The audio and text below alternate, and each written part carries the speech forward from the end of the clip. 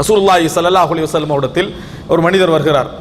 வந்து அல்லாஹ்வின் தூதரே, நான் எனது குடும்ப உறவுகளை சேர்ந்து நடக்கிறேன், வயக்தஊனி அஸிலுஹும் வயக்தஊனி, ஆனா அவங்க எப்போ பார்த்தாலும் என்னை துண்டிச்சு தான் நடக்கிறாங்க.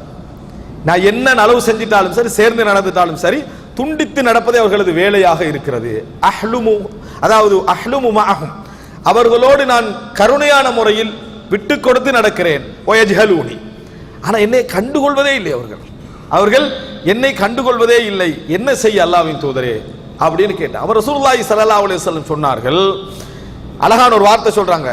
அதாவது நீங்கள் சொல்வது போன்று இருந்தால், நீங்கள் சொல்வது போன்று இருந்தால் ஃபஇன்னமா துஸிஃபுஹுமுல் மல்ல, நீங்கள் அவர்களுக்கு சுடு சாம்பலை கொடுத்து கொண்டிருக்கிறீர்கள். சுடு சாம்பலை நீங்கள் அவர்களுக்கு கொடுத்து கொண்டிருக்கிறீர்கள்.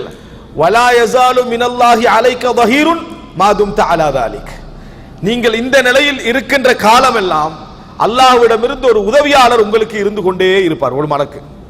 ஒரு மலக்கை அல்லாஹு தஆலா உங்களுக்கு உதவியாளராக வைத்துக் கொண்டே இருப்பார். ரசூலுல்லாஹி ஸல்லல்லாஹு அலைஹி வஸல்லம் சொன்னார். சஹீஹ் முஸ்லிம்ல வரக்கூடிய செய்தி. அதாவது உங்களுக்கு வரக்கூடிய ஆத்திரம் இருக்குதே, அதற்குரிய பழியை அல்லாஹ் வாங்கிக் கொள்வான். அதான் நீங்கள் சுடுசாம்பலை கொடுக்கிறீங்கிறதுக்கான அர்த்தம். நீங்க நலவு செய்து கொண்டே இருங்கள், நீங்கள் நலவு செய்து கொண்டே இருங்கள்.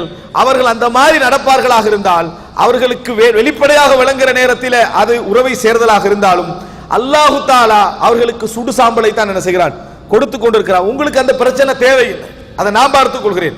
ஆனா நீங்க சேர்ந்து நடவுங்க என்று ரசூலுல்லாஹி ஸல்லல்லாஹு அலைஹி வஸல்லம் சொல்கிறார்கள்.